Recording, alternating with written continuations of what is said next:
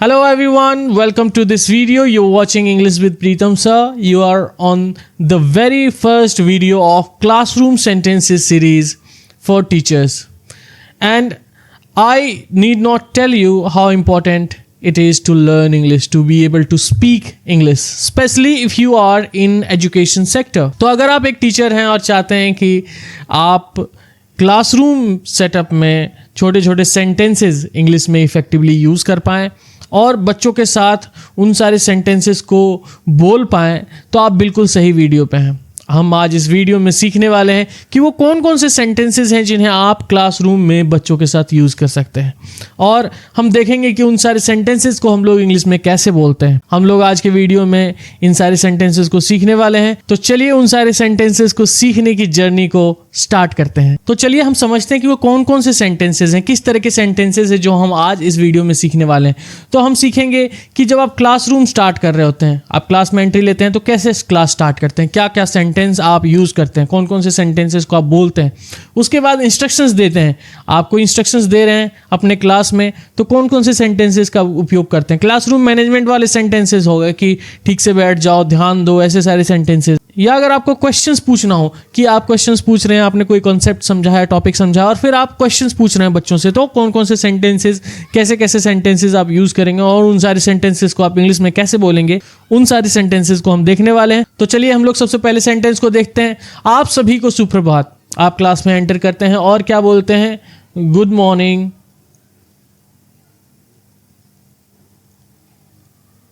To everyone. ये बहुत ही आम सेंटेंस है जिसे आप यूज़ करते हैं, गुड मॉर्निंग टू एवरीवन। शांत हो जाइए और शुरू करते हैं। आपने क्लास में एंट्री ली, बच्चे अस्त व्यस्त हैं, इधर उधर घूम रहे हैं, आप चाहते हैं कि बच्चे बैठ जाएं, शांत हो जाएं, ताकि आप क्लास को स्टार्ट कर सकें। तो आप हिंदी में बोलते हैं शांत हो जाइए और शुरू करते हैं। तो आप इस सेंटेंस को बोल सकते हैं, let's settle down. Let's settle down. Let's settle down and get started. Let's settle down and get started. This is how you're going to speak when you are entering to the classroom and want students कि वो शांति से बैठ जाएं ताकि आप class start कर सकें। Let's settle down and get started. चलिए अगले सेंटेंस की ओर बढ़ते हैं। हमारा अगला सेंटेंस है, आशा है आप सभी का दिन अच्छा रहा होगा। चलिए शुरू करते हैं। आशा है आप सभी का दिन अच्छा रहा होगा। तो चलिए कैसे सेंटेंस को बोलते हैं। आशा है, आशा है के लिए आप आई होप का यूज करेंगे। आई होप, आशा है। यू ऑल, आप सभी का।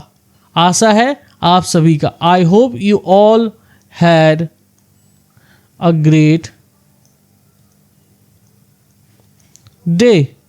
I hope you all had a great day. Let's begin. I hope you all had a great day. Let's begin. इस सेंटेंस को आप यूज़ करेंगे और फिर आप अपनी क्लास को स्टार्ट कर सकते हैं। ठीक है, अगले सेंटेंस की ओर बढ़ते हैं। हमारा अगला सेंटेंस है, अपनी किताबें निकालिए और पेज 32 खोलिए। आप 32 खोलिए, 36 खोलिए, 5 खोलिए, 12 खोलिए, कोई भी पेज बोल सकते हैं। तो आप समझेंगे कि इस सेंटेंस को इंग्लिश में कैसे बोलेंगे।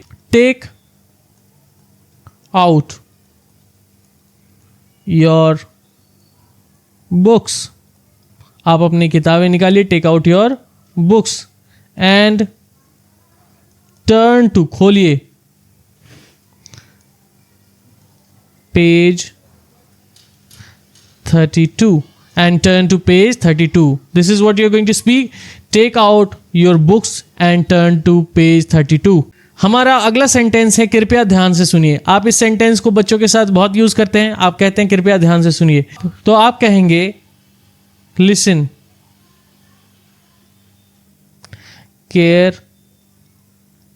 Listen carefully. Listen carefully. आप इस सेंटेंस को बोलेंगे लिसन केयरफुली। अगले सेंटेंस की ओर बढ़ते हैं। अपनी कॉपियां खोलिए। Open your notebooks. कैसे बोलेंगे? Open your notebooks. These two sentences are small sentences that you use into your classroom. Listen carefully, open your notebooks. Open your notebooks, listen carefully. अगले सेंटेंस की ओर बढ़ते हैं। इसे लिख लीजिए। आपने कुछ समझाया बच्चों को और आप चाहते हैं कि बच्चे इसे लिख लें, तो आप बोलते हैं इसे लिख लीजिए। तो आप इस सेंटेंस को बोलेंगे right this down, right this down, इसे लिख लीजिए। ठीक है, इसे लिख लीजिए, राइट दिस डाउन। मेरे बाद दोहराइए, आप कुछ सिखा रहे हैं, आप चाहते हैं कि बच्चे को ये पर्टिकुलर शब्द बोलना आए या फिर कोई पर्टिकुलर सेंटेंस वो अच्छे तरीके से बोल पाए, तो आप बोलते हैं मेरे बाद दोहराइए। आप बोलेंगे repeat, repeat after me, repeat after me, मेरे बाद दोहराइए, रिपीट आफ्टर मी। चलिए अगले सेंटेंस की ओर बढ़ते हैं। हमारा अगला सेंटेंस है, अगर आपको उत्तर पता है तो हाथ उठाइए। कैसे आप इस सेंटेंस को बोलेंगे? आप इस सेंटेंस को बोल सकते हैं इफ यू नो, अगर आपको पता है क्या, the answer, if you know the answer, raise your hand, if you know the answer raise your hand. All right, चलिए अगले सेंटेंस की ओर बढ़ते हैं। हमारा अगला सेंटेंस है चार चार के समूह बनाइए। आप चाहते हैं कि बच्चे किसी पर्टिकुलर एक्टिविटी में भाग लें और वो चार चार का समूह बना लें, चार चार का ग्रुप बना लें, ठीक है, ताकि वो उस एक्टिविटी में पार्टिसिपेट कर पाएं। तो आप सिंपली बोल रहे हैं चार चार के समूह बनाइए। आप कैसे इस सेंटेंस को बोलेंगे इफेक्टिवली? आप बनाइए को पहले बोलते हैं फॉर्म, फॉर्म ग्रुप्स ऑफ 4। कैसे बोलेंगे? Form groups of 4। चलिए नेक्स्ट सेंटेंस की ओर बढ़ते हैं। हमारा अगला सेंटेंस है चलिए यह गतिविधि मिलकर करते हैं। चलिए यह गतिविधि मिलकर करते हैं। कैसे इस सेंटेंस को बोलेंगे? चलिए let's do this activity, this activity. गतिविधि को क्या बोलते हैं? Activity. Let's do this activity. चलिए यह गतिविधि मिलकर करते हैं, together. Let's do this activity together. चलिए यह गतिविधि मिलकर करते हैं। कृपया चुप रहिए। आप क्लासरूम में एंट्री लेते हैं या फिर आप क्लासरूम में पढ़ा रहे हैं, बच्चे शोरगुल, अमूमन बच्चे शोरगुल करते हैं अपने क्लास में। आप कहते हैं कि कृपया चुप रहिए। कृपया चुप रहिए के लिए क्या बोलेंगे? Please keep quiet, please keep quiet. कृपया चुप रहिए, प्लीज कीप क्वाइट। अगले सेंटेंस की ओर बढ़ते हैं। हमारा अगला सेंटेंस है मेरी ओर देखिए, मेरी ओर देखिए। मेरी ओर देखिए के लिए क्या बोलेंगे? Look towards me. ये सेंटेंस आप यूज कर सकते हैं लुक टुवर्ड्स मी का, जब आप चाहते हैं कि बच्चे आपके तरफ देखें, या फिर आप बोल सकते हैं eyes on me.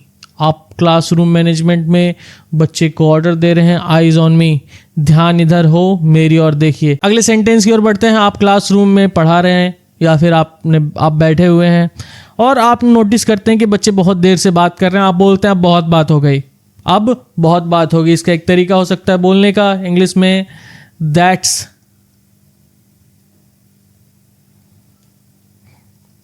that's enough talking now, that's enough talking now। अगले सेंटेंस की ओर बढ़ेंगे।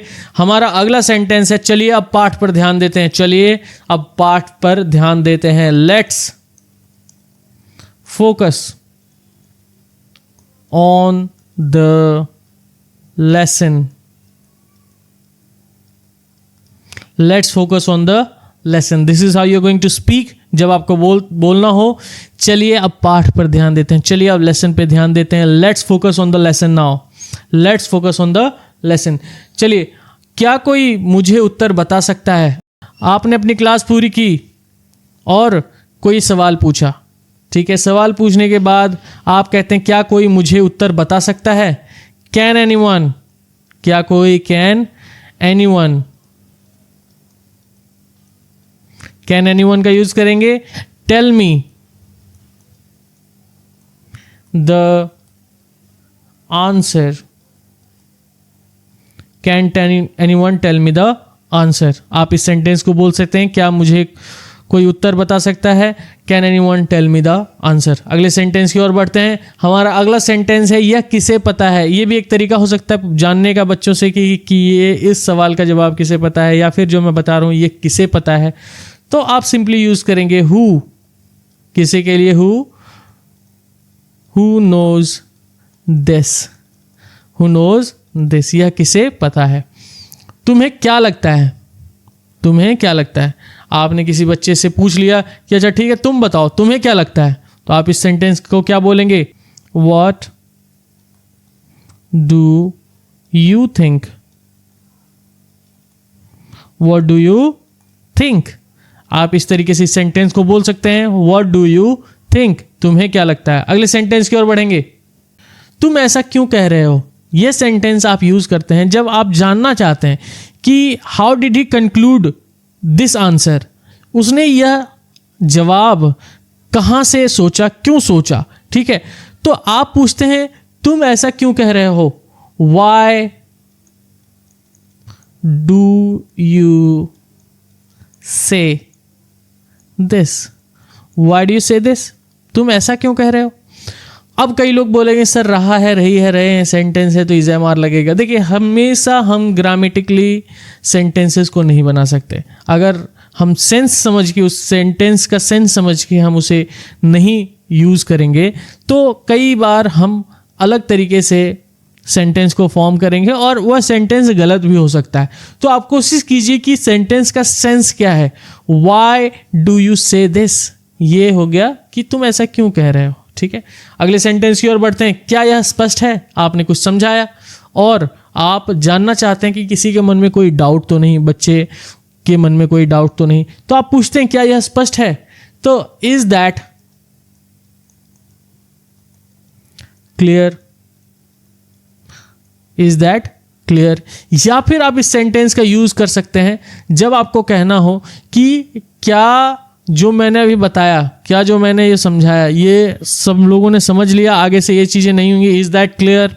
बहुत बार आप बच्चे को कुछ समझाते हैं कि ये सारी चीज़ें होनी नहीं चाहिए और आप चाहते हैं कि सारे बच्चे उस चीज़ को सुन लें ताकि ऐसी गलती वो दोबारा ना करें। तो इज़ दैट क्लियर का आप यूज़ करते हैं। क्या यह स्पष्ट है? Is that clear to everyone? क्या यह सबको स्पष्ट है? या फिर आप इज़ दैट क्लियर का भी यूज़ कर सकते हैं। तो ये थे क्लासरूम सेंटेंसेस सीरीज़ के सेंटेंस जिसे आप क्लासरूम में यूज़ कीजिए। अगर आप इन सारे सेंटेंसेस को क्लासरूम में यूज़ करेंगे तो आप भी स्लोली ग्रेजुअली इम्प्रूव करेंगे अपने सेंटेंसेस को बोलने में और आपके साथ साथ बच्चे भी इन सारी चीज़ों को सुन के मोटिवेट होंगे और वो भी आपके साथ इंग्लिश में बात करने की कोशिश करेंगे। अगर आपको कोई भी डाउट हो इस वीडियो से रिलेटेड तो आप कमेंट बॉक्स में जाइए, आप अपना सवाल पूछिए, कोई भी डाउट हो वो डाउट डाल दीजिए। I will definitely respond to that comment. और आप कमेंट में ये भी बताइए कि आपको क्या अच्छा लगा, क्या बुरा लगा। हम आपके कमेंट्स को कंक्लूड करके अपने कंटेंट को इम्प्रूव करेंगे ताकि आपकी सहायता अच्छे से की जाए। इसके अलावा मैं ये भी बताता चलूँ कि ये क्लासरूम सेंटेंसेस फॉर टीचर्स की सबसे पहली वीडियो है। इसके अलावा और भी वीडियोज़ आने वाली हैं जहाँ पे आप बहुत तरीके के सेंटेंसेस को बनाना सीखेंगे जो आप क्लासरूम में यूज़ करते हैं। अगर आपको यह वीडियो पसंद आए तो आप इस वीडियो को लाइक कर सकते हैं, शेयर कर सकते हैं उन सारे कलीग्स के साथ जिनके साथ आप सेंटेंसेस को सीख कर ग्रो करना चाहते हैं। Also subscribe to this channel ताकि मैं आपके यूट्यूब फीड पे बिना सर्च किए दिखता रहूं ऐसे कंटेंट के साथ। That is it. Keep learning, keep growing.